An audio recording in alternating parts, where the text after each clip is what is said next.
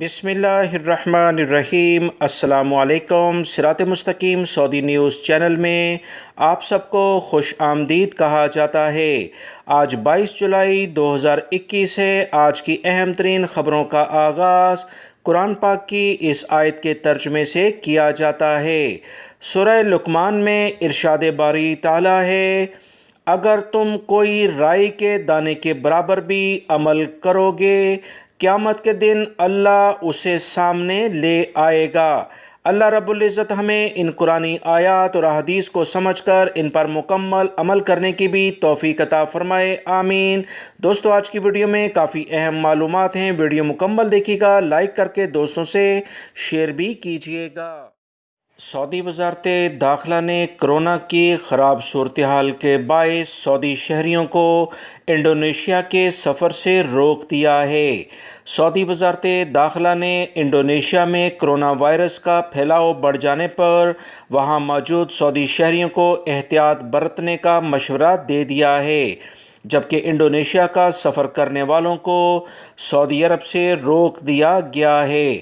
سعودی وزارت داخلہ نے انڈونیشیا میں موجود اپنے شہریوں سے کہا کہ وہ بہت زیادہ احتیاط برتیں، ان علاقوں سے دور رہیں جہاں وائرس تیزی سے پھیل رہا ہے۔ اس حوالے سے احتیاط کا مظاہرہ کیا جائے اور جلد از جلد مملکت واپس آ جائیں۔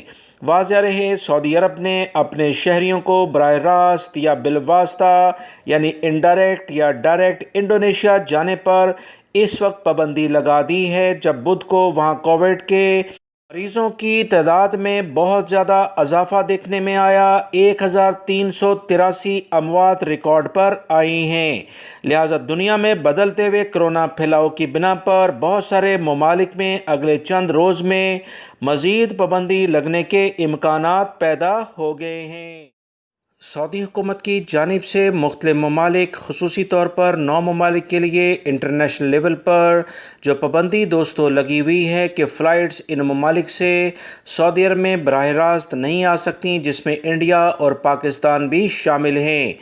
پاکستان اور انڈیا میں وبائی مرض کرونا کی جو صورتحال اب عید کے بعد دوستوں رونما ہوگی، اس کے بعد ہی سعودی حکومت کی جانب سے کوئی اقدامات انٹرنیشنل فلائٹس کے بارے میں ہو سکتے ہیں۔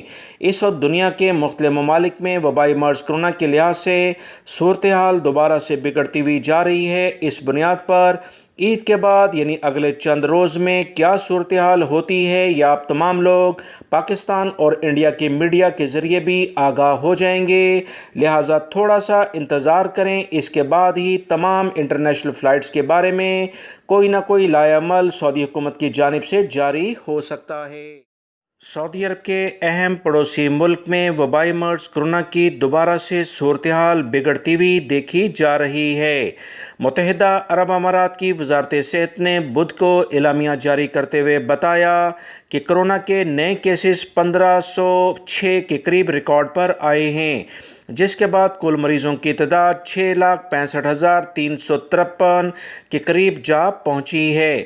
اس طرح کرونا سے صحتیاب ہونے والے افراد بھی 1,484 کے قریب ریکارڈ پر آئے ہیں۔ بدھ کو کرونا سے 3 اموات بھی ہوئیں، جس کے بعد کووڈ-19 سے مرنے والوں کی کل تعداد متحدہ عرب امارات میں 1,907 کے قریب ہو گئی ہے۔ امارات نے لوگوں کو عید کے موقع پر پارٹیوں اور بھیڑ بھاڑ سے بچنے کی سختی کے ساتھ ہدایت جاری کر دی۔